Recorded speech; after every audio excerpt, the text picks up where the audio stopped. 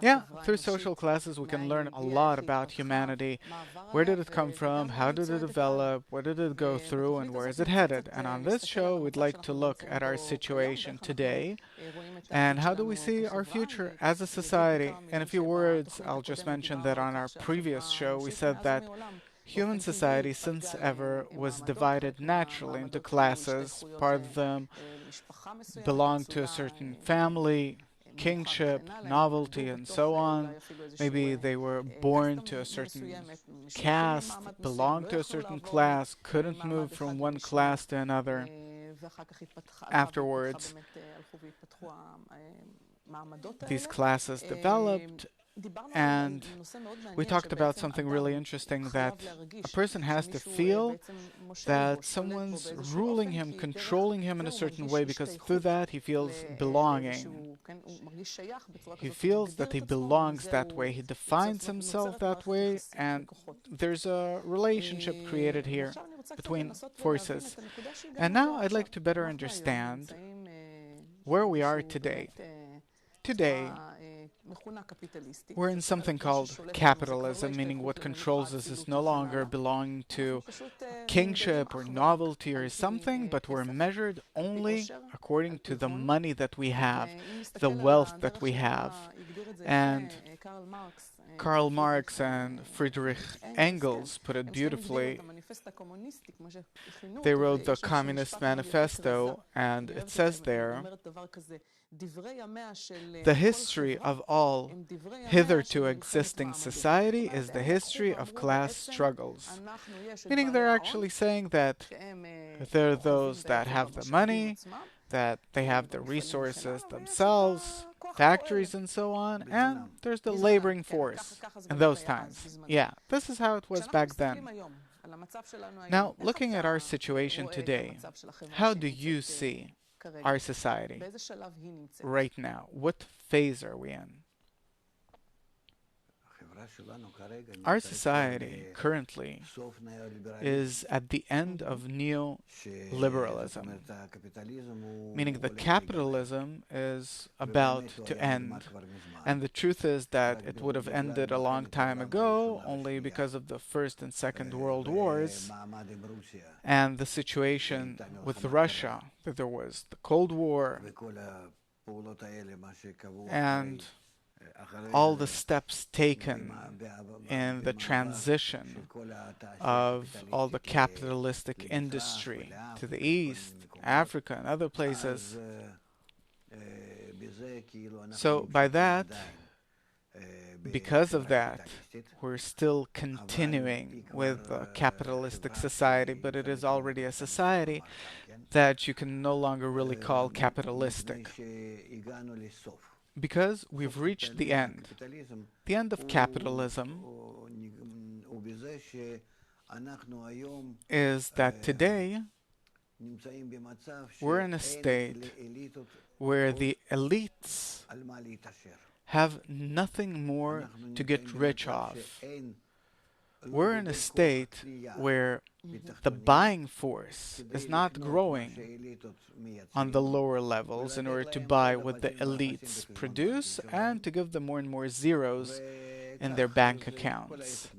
And so the whole business is coming to an end because our ego is bringing us to a state where all the money, 99% of the money, the elites have it, and the poverty down below is such that they can't sustain the elites and allow them to get richer. They have no buying force, they're barely alive. And this is what brings capitalism to an end. And the elites, because of their ego, can't stop themselves from squeezing everything they can out of the lower classes. In the past, there was the American dream, where they thought that there will be the middle class and they will be a strong force in society. There will be the elites, then the middle class, people that are established, that make a living, fill the universities, live a good life, the so-called salt of the earth. And down below there are the workers that, by nature, they don't really want to rise to a higher class. But if they want to, please, no problem. It's possible. Today, it's all gone. There is no middle class. It all fell. It's all becoming very narrow and little. And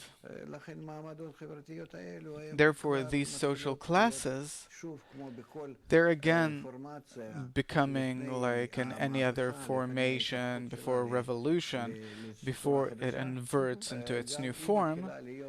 It too is becoming divided into the upper class and the lower class, and a great gap, difference between them that you can't do anything about. And it goes and grows, and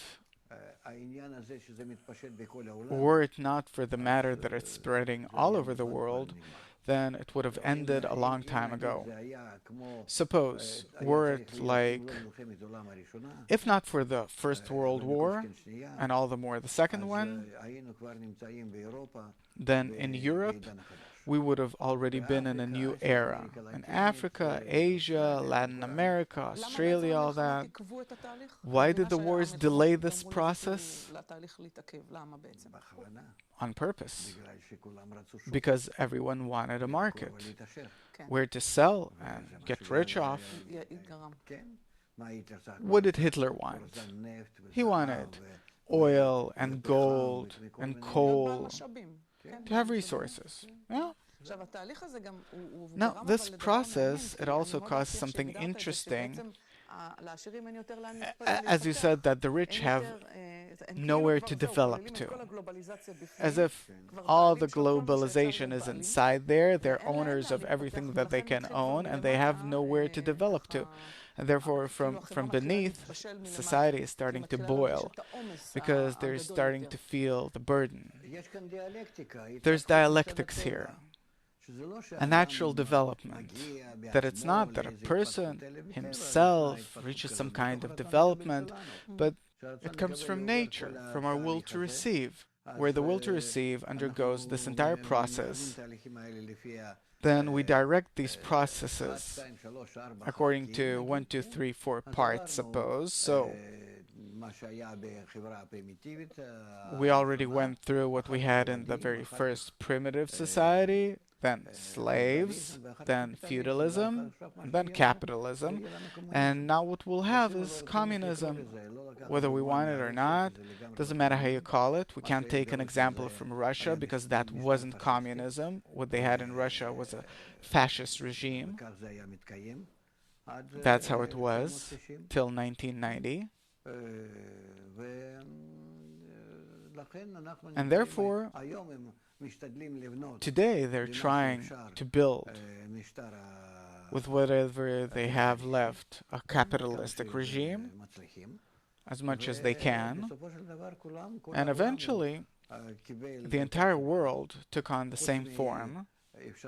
Besides, we can say the Arab world, where still you have feudalism in several places, such relations of that kind of regime, and classes correspondingly. But actually, the world is advancing towards having to rid itself